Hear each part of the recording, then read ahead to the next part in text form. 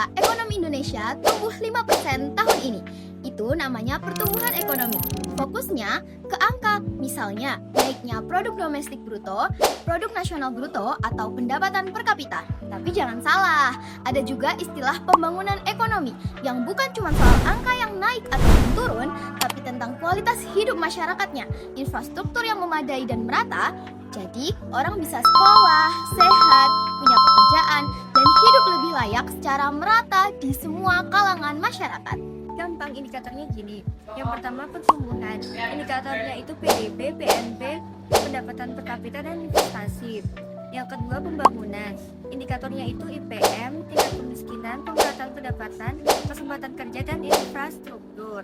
Artinya kalau PDB naik tapi masih banyak infrastruktur yang belum tercukupi, pertumbuhan ada tapi pembangunannya belum berhasil. Suatu pertumbuhan ekonomi pasti mempunyai faktor yang mempengaruhinya, yaitu 1. SDA, sumber daya alam.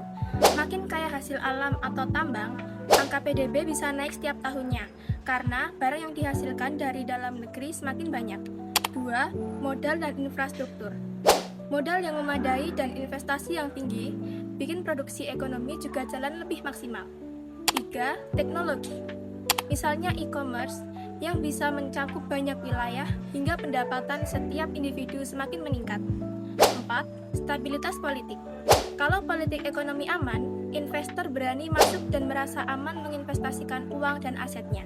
Nah, kalau pembangunan ekonomi juga dapat dipengaruhi oleh beberapa faktor, yaitu yang pertama, sumber daya manusia. Tenaga kerja yang berkualitas bikin masyarakatnya sejahtera.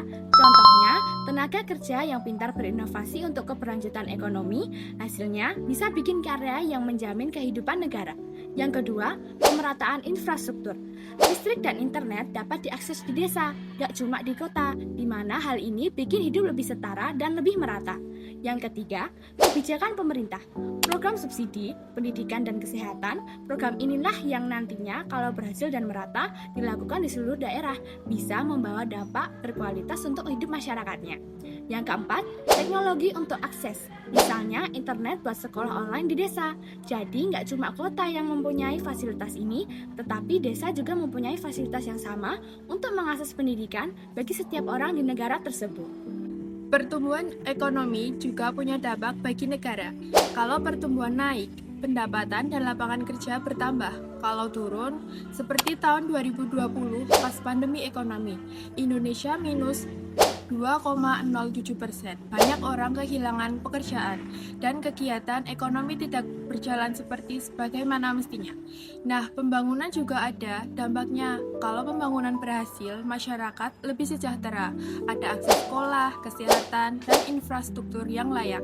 Kalau gagal, muncul masalah kayak pengangguran karena kurangnya lapangan pekerjaan, infrastruktur yang kurang memadai, ketimpangan antara penduduk, bahkan kerusakan lingkungan. Biar kalian lebih paham pertumbuhan dan pembangunan ekonomi itu apa sih, aku kasih contohnya aja deh.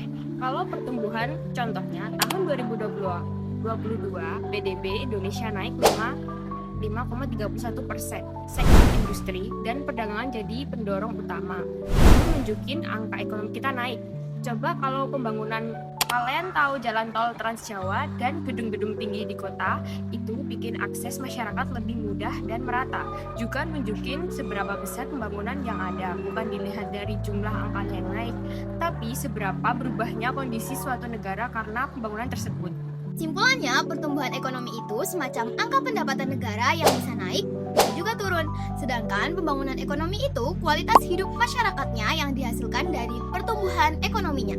Pertumbuhan bikin ekonomi jalan, pembangunan bikin hasilnya terasa adil, merata, dan juga berkelanjutan. Jika pertumbuhan ekonomi menunjukkan kenaikan setiap tahunnya, tetapi kualitas infrastruktur dan hidup masyarakat di negaranya masih belum terjamin secara merata, artinya pembangunan belum sejalan sistemnya dengan pertumbuhan. Jadi, keduanya memang harus jalan beriringan supaya Indonesia bukan cuma maju di angka pendapatannya, tapi juga bikin rakyatnya sejahtera.